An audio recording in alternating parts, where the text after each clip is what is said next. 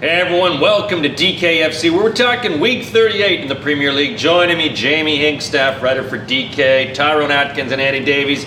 We're talking 11-man picks. Now, you've got to put together on DraftKings, you go put together an 11-man roster, 50 grand. Who do you choose? You got to choose a goalie, defenders, midfielders, forward, utility. How do you put that team together? That's why we're here. These guys are going to tell you. Andy hates goalkeepers. Let's start with you, Andy. Who's in goal? I've got a goalkeeper who is always going to have a special place in my heart, as he's a former Spurs player. I've gone for Aurelio Gomez of Watford. As every week, well, you know what? 1 week, next season, 1 week, I'm going to pick a really expensive defence goalkeeper, just to see what happens. That'd be nice. Keep it cheap further up the field. Last week. Not this week. No. Last week, I'm going to go for the most expensive defence goalkeeper I could possibly go for. But I've kept it cheap this week, 3.4 thousand. I've written here, cheap, possible clean sheet. There you go. Cheap and clean sheet, something I look for in a date. Tyrone, who do you have and your goal? Okay, I've never picked him before, but I'm going for Chelsea's number one. I'm going for Thibaut Courtois. How many of your team do you want to jinx? Why end a run? That's what I say. He's quite cheap. He's one of the top 5 goalkeepers in the world, although he hasn't been playing that way lately. But he is quite cheap. He's 3.5. No one else is going to pick him.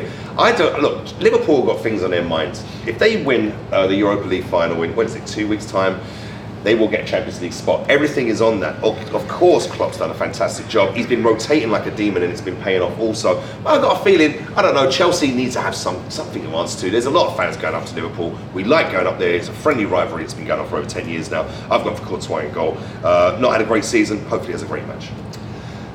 Who you got there, Jamie? Who's in your goal? I've gone Joel Robles, Everton, 3,300. Everton goal. I'm mainly picking him on the basis of his saves. In the game they lost 4-0 to Liverpool, he still had above 10 points, even though he conceded 4 goals, because he had 9 saves. His last 4 games is 5 saves, 9 saves, 3 saves, 7 saves. Sunderland are going to attack to try and score goals. Defoe loves shooting. Robles is a very good keeper in my opinion. He's in a really poor side right now and behind a very bad defence. For that reason, I'm quite confident he'll get double figures. I don't think he'll get a clean sheet. You know what? Another good reason why that's a good selection is because apparently Tim Howard's going to be playing the last game, home game, because he's going back to the States. Yeah. So Robles probably got something to prove tonight. And yeah, I think he'll be the keeper next season. I don't think there's anything wrong with Robles. I think he's a good keeper. It's just, they concede so many goals that you won't get a clean sheet, but you get the saves. All right, let's move on to defense. Defenders, Jamie, who you got defending this week? I've got Patrick Van Arnholt, 3,900 of Sunderland. I pick him in all my fantasy formats because Sunderland keep quite a few clean sheets and he gets forward a lot. He has had 10 fantasy points per game over the last 3. Had an assist against Chelsea, his old club, on Saturday. He's got 3 goals, 3 assists all season, and Palace are rumoured to be buying him, so I want to put a bit of confidence in there already. Nathaniel Klein, 3,600 from Liverpool next up. Missed the game against Watford, which a lot of the other ones did as well, so this will be a good team that they play tonight. Not tomorrow night, sorry. I think they'll get a clean sheet, possibly. He's been more than willing to get forward in recent weeks, whereas at the beginning of the season he wasn't really getting forward that much.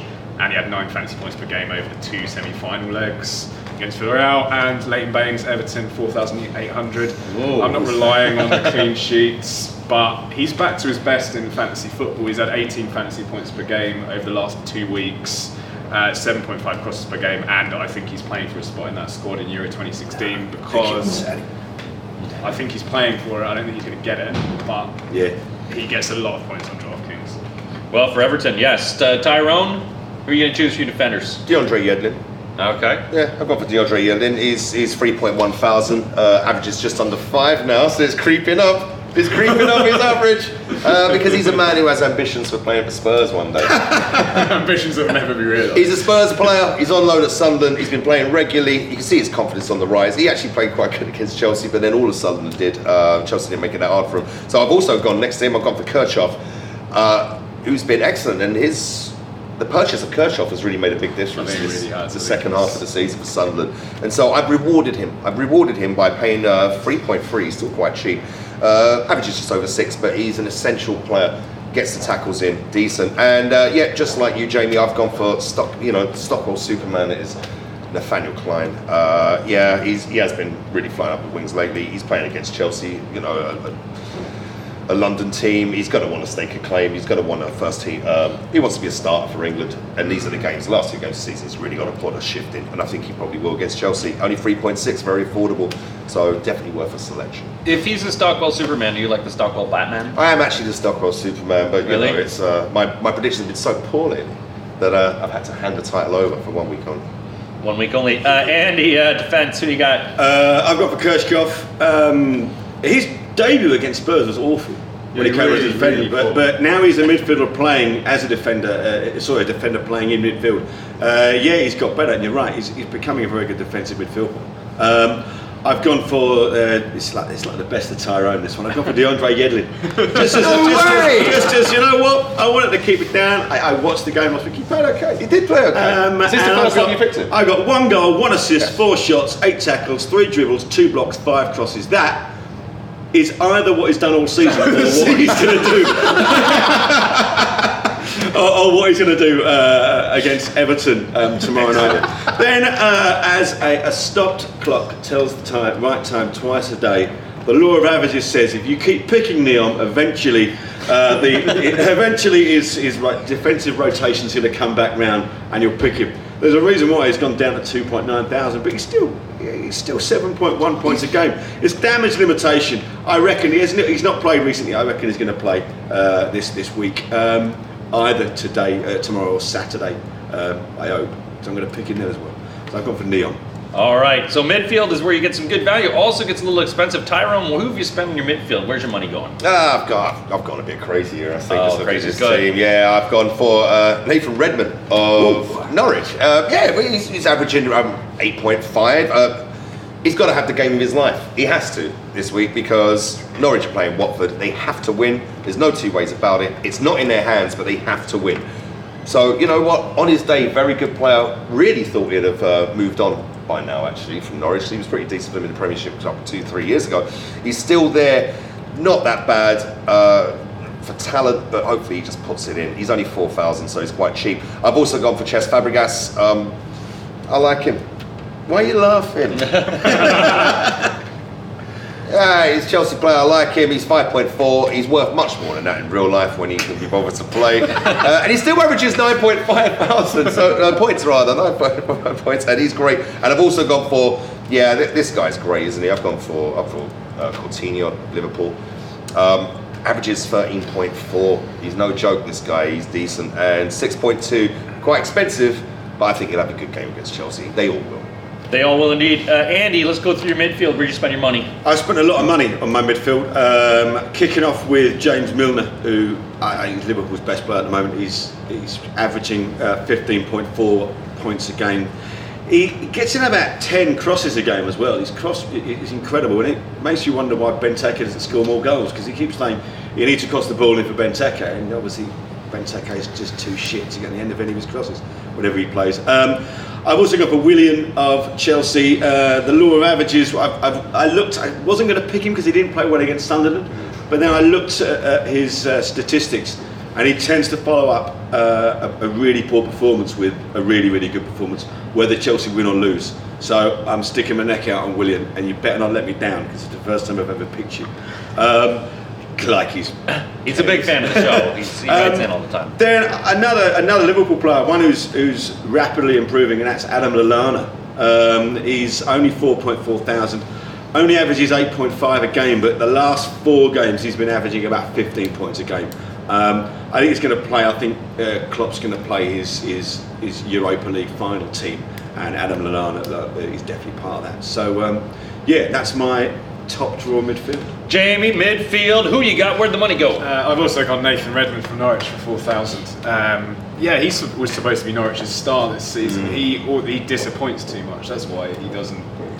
This is one of the main reasons they've not been that good this season. I think they'd have thought, we've got Redmond, he can be one of the big players.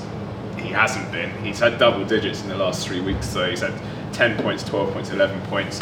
He's good from long range, he's never afraid to shoot. Gomez has definitely got a mistake in him, as we've seen in the past, and it wouldn't be surprising if Redmond got the goal for Norwich, really. Then I've got Alman Abdi from Watford, only 3,100. He averages 6.5 crosses per game, which is a really good stat to use just to rack up the points. 18.5 fantasy points per game, and he scored a really nice free kick against Villa. Norwich aren't. I don't have that much confidence in Norwich keeping a clean sheet. I think they probably will, but even if they don't, even if they do, he might get a few crosses in. And Dimitri Payet, obviously, 8,600. He's the player of the season on DraftKings, I think. And the game versus Swansea was just pure Payet. He had 23 points and 16 of them were from crosses, 5 from shots. It's the last game at the Bowling Ground, and they'll all want to go out on a high, and he's by far their best player. So worth the money, 8,600. But as you said, he's been killing it all season. So the forwards, we go forward. There's a few logical choices and a few guys maybe a little crazy. Tyrone, you can hear Alex Ferguson in the background. Who do you got in your forwards? I'm about to go for Jermaine Defoe. There's no stopping him. There's no stopping him at the moment. I never thought he would score against Chelsea because he rarely ever has in his whole, Premier League career. But he did, and the boy's on fire. And 6,000, it's affordable at this point. I mean, hell, it was a bit cheaper a few weeks ago. There's a reason he's gone up in value. He's been playing out of his skin, and Sunderland, they owe a lot to him. They really do. Averaging nearly 13 points, fantasy points per game. He's great. Next to him, I've gone for Diego Costa because he always puts a shift in. I mean, even though we lost against Sunderland the other day, he was still my highest scorer actually on the day. He got over 10, I think. And yet, why not? I really hope he stays. I don't want him to leave. I know some people are fairly indifferent about him, and there's questions about his character, but I like the effort he puts in. He's an absolute terrier, and he's great. So I'm picking him. That's my forward lineup. Jamie, forwards, who do you got? Where'd the money go? Daniel Sturridge, 6,100. This guy's got a point to prove to so many people. He's up against his old club who sold him. He's got a point to prove to Roy Hodgson, I think he's got a point to prove to Jurgen Klopp, so he keeps him next season. And he has 4 goals and 1 assist in his last 5 games. I think he's very good value at 6,100. I almost picked Gallo because I think he's reasonably good value this week. But my second forward is Fabio Borini. Defoe's too much for me this week. Why are you looking like that? Because Borini will never score 2 games in a row. I don't think he ever has. Well, if he gets an assist, I'll be happy. That'd be right. He's still a threat, and he scored one. It was a really controlled finish from Borini on Saturday. He does like to do well against Chelsea. Actually, he scored the winner at the Bridge a couple of years ago and as well. I don't know whether he likes to do well against Everton, but I think he's going to do well here. And he has 2 goals in his last 4 games. I don't think he's a very good player, but I think he seems to be another one of these Sunderland players that has a really good April and May, which is basically their whole team. But yeah, that's the 2 strikers. Any forwards, who we got? Where are we going? I'm sticking with Jermaine again. What I liked about Jermaine on Saturday was it wasn't just a big goal. You could tell how much it meant to him as well. And that's nice to see. He's 33 years old. He's playing for a struggling team, but he still gives a toss. So hats off to Jermaine. I'm as a Spurs fan, he's always going to have I'll always have a fondness for him. Then alongside him, I've gone for someone who I think he's a Liverpool player. I've gone for Roberto Firmino. I think I read a statistic today. He's 61 tackles he's made this season, and he's really starting to be the player that personifies that Klopp. Defend up top. High press, get the tackles in. I'm picking him. I think he's going to have a good game against Chelsea, but he's only 5.7 thousand. He's going to be worth a lot more than that next season. I think he's going to be an absolute top player for the next season. Possibly could become one of Liverpool's best performers. I nearly went for Sturridge. It was slightly too expensive, and I figured he'd break. He'll probably break tonight. Yeah. So that's why I didn't.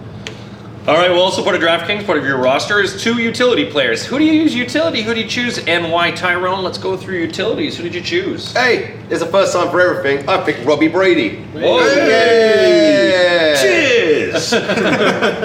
Right, so I've got Robbie Brady. Averages just under 13 points. They need him to turn it on.